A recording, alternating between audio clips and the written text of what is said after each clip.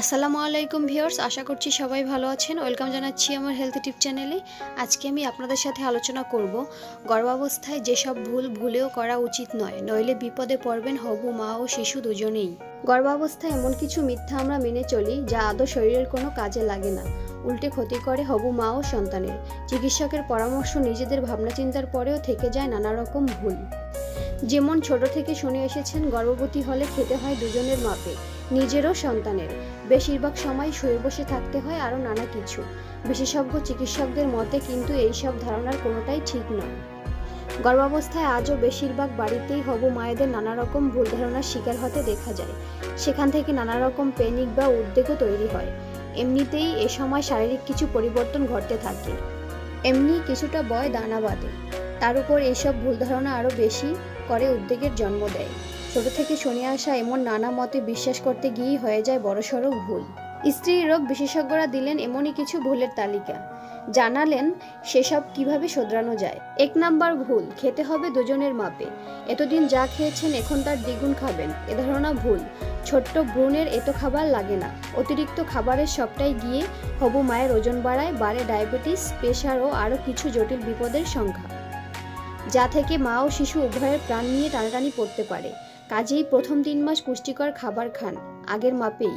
3 মাস পর থেকে মাত্র 250 থেকে 300 ক্যালোরি বেশি খেতে হবে। একটা কলা, ছোট 1 বাটি সিরিয়াল আর দুধ একটু বেশি খেলেই অতটুকু পুষিয়ে যায়। 2 নাম্বার ভুল, ছোটোখাটো ওষুধ নিজেই খাওয়া যায়। নিতান্ত সাধারণ ওষুধ থেকেও বাচ্চার জন্মগত ত্রুটি সহ আরও নানা সমস্যা হতে পারে।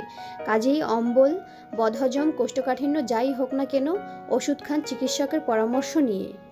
3 নাম্বার ভুল, কম ঘুমিয়ে কাজ সেরে রাখা। এমনিতেই এ সময় ক্লান্ত থাকে শরীর, তার সঙ্গে কম ঘুম যুক্ত হলে স্বাস্থ্য ভাঙতে বাধ্য। কাজেই অন্তত 7 থেকে 8 ঘন্টা ঘুমন। অফিসে ন্যাপ নেওয়ার সুবিধা থাকলে দুপুরে খাওয়ার পর 10 থেকে 15 মিনিটের দিবানিদ্রা দিতে পারলে ভালো। না হলে সপ্তাহ শেষে অনেকটা ঘুমিয়ে শরীরের ঘুম পুষিয়ে নিন, কিন্তু কোনোভাবেই কম ঘুমের থিওরিতে বিশ্বাস করবেন না।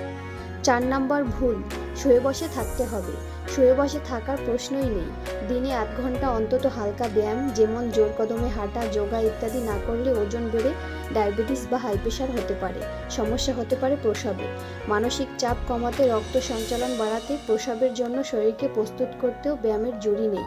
আর যত নড়াচড়া করবেন গর্ভস্থ সন্তানের বৃদ্ধিও ভালো হবে এতে। তা বলে খুব ভারী কাজ, পরিশ্রমের কাজ করবেন না, কিন্তু শরীরকে নানাভাবে সচল রাখতে হবে। 5 নাম্বার ভুল, পছন্দসই খাবার নয়, চাই স্বাস্থ্যকর খাবার।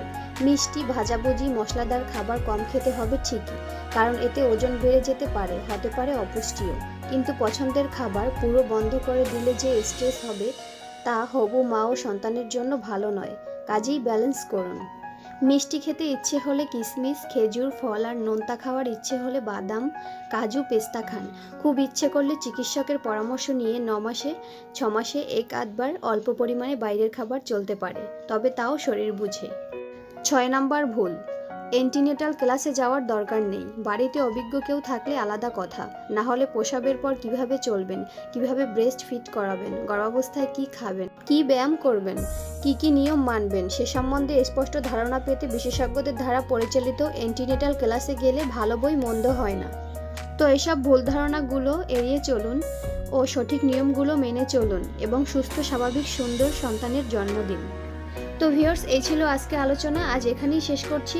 আশা করছি ভিডিওটি আপনাদের কাছে ভালোই লাগবে। তো ভিডিওটি যদি ভালো লেগে থাকে তাহলে অবশ্যই ভিডিওটিতে একটি লাইক করবেন এবং আমার চ্যানেলটি সাবস্ক্রাইব করে পাশে থাকা বেল আইকনে ক্লিক করে রাখবেন এরকম নিউ হেলথ টিপস পাওয়ার জন্য। তো সবাই ভালো থাকবেন, সুস্থ থাকবেন। আল্লাহ হাফেজ।